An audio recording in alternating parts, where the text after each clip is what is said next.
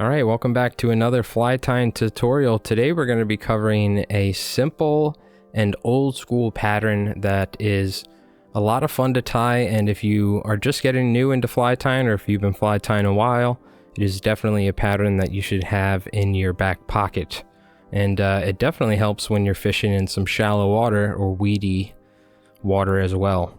The Bendback. So a very simple fly, you can see here, number 4.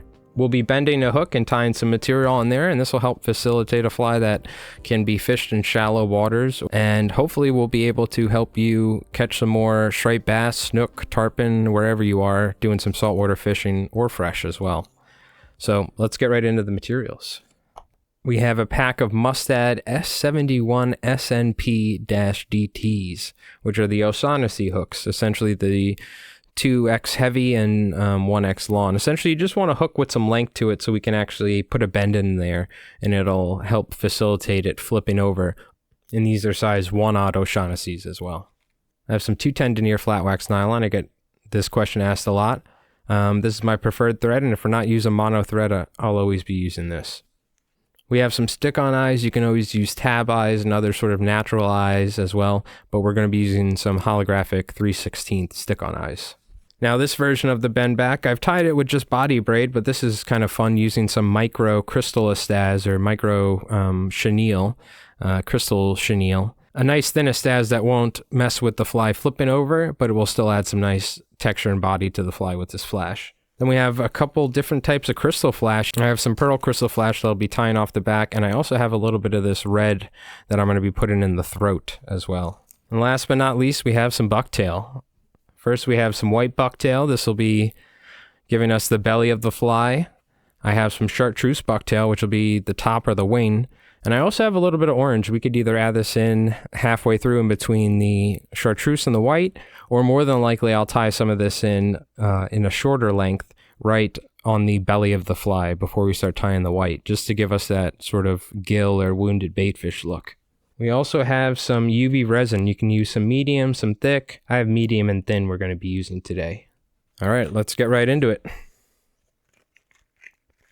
All right, we're going to take one of our hooks here. Now, first thing we need to do is put a bend in it. Now, this Regal Revolution works really well for this, but if you don't have a vise that you can do this with, you could always take a pair of pliers. But what I like to do is take the hook, and I'm going to place it probably right around here or so where that vise is, and I'm actually going to cause a bend in the hook, and we're going to bend the hook. If you're looking from the back of the hook here towards the hook eye with it flipped upside down, we're bending down, so we could create that sort of bend back appearance, right? I'm just going to take this, keep it straight, and then bend it back just a little bit. We don't need anything too exaggerated. A simple bend in the hook is all we really need to help facilitate this hook to flip over, and also to have this hook ride hook point up. If you'd like, you can always put it in there and get a little bit more of an exaggerated bend, but this will work fine for us. So now we're going to put the hook in the vise here and get some thread going. We're going to take the hook and put some thread on here. Working our way back towards really the farthest bend of the hook. And what this is going to do is we're going to be able to tie our flash and then wrap this Estaz forward and then flip the hook upside down, and we're going to be able to put our Bucktail on top. Okay, what we can do now is take some of our flash, and this is going to be tied off the back. We have some pearl flash here. I'm just going to take a couple pieces. We'll take like 2 of these. And I'm just going to take them and fold it in half. And then trim it like this. I'm just going to do this a couple times, and then I'll be able to taper it slightly. And actually just tie it right off the back here.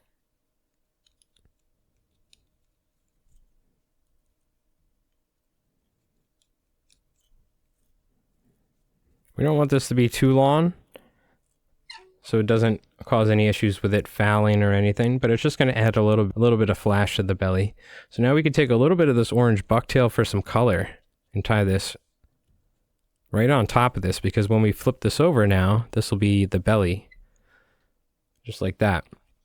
So we can wrap this down, make sure it's secured, but we don't want to put too much thread on there. Now we're going to take our micro Estaz here, or chenille, I'm actually just going to tie this in.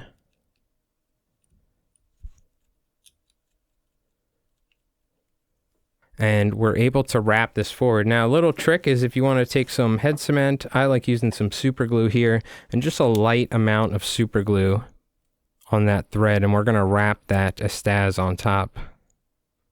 This is just going to help secure it. Very small amount. You don't want it leaching out. Go very sparse on that. So now what we can do is we're just going to cover up our thread here, and we're just going to evenly wrap this forward. Now we're going to make sure we leave a gap here, and make sure you keep your thread forward of this. Keep it tight. Kind of throw our whip finishes on here.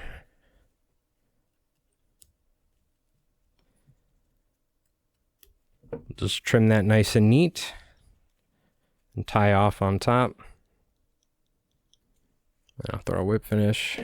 So now if you'd like, you can take some head cement or some super glue and put that on, but we are going to be putting a resin head on this. If you just take some hackle and spin it, but we're going to flip this upside down, and you can actually adjust the hook a little bit as well.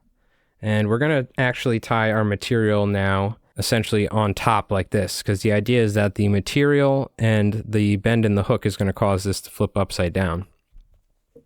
So we're going to take some bucktail now, and I'm probably going to make this about 3 inches long, maybe 3.5. We'll just take some nice white bucktail here.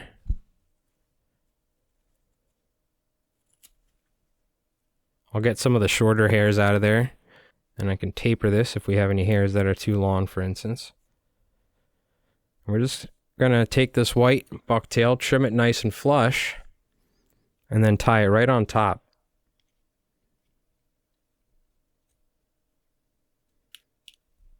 Just like that. The whole idea is the bend of the hook and the bucktail causing the resistance in the water is going to help flip this over. I'm actually going to add a little bit more white bucktail here. And you need to make sure you don't want too much bucktail, obviously. As always, we don't want to make our flies too bulky, but the bucktail is what's helping flip over the fly.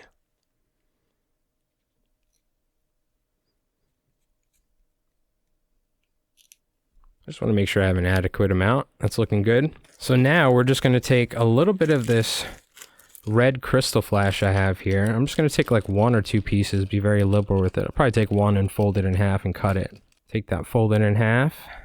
And I'm just going to tie this right on top. I'm just going to loop it.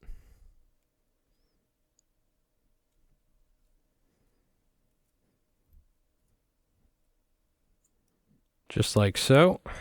Just to add a little bit of color to the fly. And now we can add some chartreuse. I'm probably just going to add a pretty light amount here on top. We're going to weed out all the smaller hairs as usual. Pretty simple. You just grab the material loosely with your hands like this and then pull back like that with your other hand. I can go ahead and taper this, because I don't want this to be too long. This is some really nice chartreuse bucktail we have here. Then I can go ahead and tie that right on there. I like having a little bit more white bucktail, just so I can have that nice white belly and that little bit of color on top.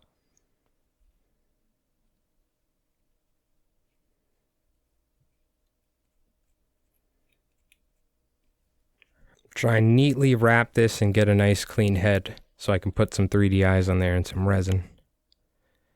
Kind of like a traditional deceiver head.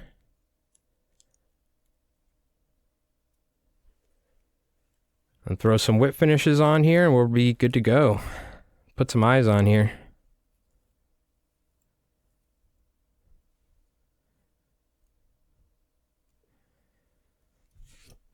So you can see at this point we have a pretty simple fly, nothing too crazy. Again, the bucktail is going to help flip this fly over. So instead of the water column, it's like this. Obviously the bucktail naturally is quite buoyant and it's going to help turn the fly over, as well as using a proper leader setup, loop knots and all that. But let's go ahead and put a little bit of super glue on here to secure this. And then we're going to put a UV resin head on here. So I'm just going to go with a very small amount of super glue. I like doing this. I get this asked sometimes because depending on the quality of the eyes and whatnot, sometimes they lift off when the UV resin goes in between that and the thread and causes it to separate It makes it harder while you're trying to glue the eyes. So I'm just going to put a little bit of super glue on there, and that'll just help secure these stick-on eyes while I go ahead and work with the resin. And I like to make sure that the eye is slightly touching the bucktail here, because we are going to have that resin just touch that Estaz and bucktail so it secures it, so it's nice and durable. So even after you catch a bunch of fish, it'll still be good to go. Maybe we'll do a little bit more of a modern take on a bendback at some point. This is a traditional version if you go back and look at a lot of books from the 90s, 80s, 70s. Estaz, a little bit of flash there, some bucktail, and generally fish in the backcountry down in places like the Everglades and whatnot. All right, we have our bendback here, and now we can go ahead and put some UV resin on there. So I'm going to be starting off with the medium. You can always use thick resin. I like using the medium nowadays. It's just much easier to work with. You don't have to wait as long. We also need our UV light for this. So I'm going to go ahead and just take some medium resin here and just do a light coating on the eyes. Make sure I get some resin in between the gap of the stick-on eyes. And I'm also going to make sure I just barely touch that bucktail and that Estaz there. So that way I can make sure that that material will be secured. Now I could take my bodkin and just kind of make sure I spread it around without getting it too much on that Estaz, otherwise that'll stiffen up and make it quite coarse. And also making sure I touch the back of the bucktail there. And don't add too much at one time. You can always add more as you go. It's better to take your time than putting too much resin on there, because you might have issues with it running or not curing properly. So we're just going to take the light here, making sure that we cure the head and hitting all that resin. I like to slowly spin the vise around while I do this, making sure that it slowly cures the resin and doesn't get it too hot. Usually hit it for about 10 seconds on each side, so give about 15-20 seconds total. And now I'm going to go ahead and just take a little bit of thin resin. If you didn't add enough thick or medium here, you can go ahead and add a little bit more. But I'm just going to take some thin resin, and I like using the thin resin to fill the gaps. So if there's any little imperfections like you could see here, it's not perfectly round or covered, I'm going to use this thin, and that's going to cover up all those imperfections and just give us a nice smooth finish. So I'm just going to put a very small amount, making sure I don't go too crazy, because this stuff will run. It's much more, it's a much thinner viscosity. We can just let it do its thing. Essentially just kind of work the vise back and forth and let that thin resin smooth out all those gaps. If we have any bubbles, we can make sure we take care of that. Otherwise, that'll create imperfections in the resin that might cause it to crack. So what I like to do is not add too much at once. So I'm going to go ahead and hit this with the light again.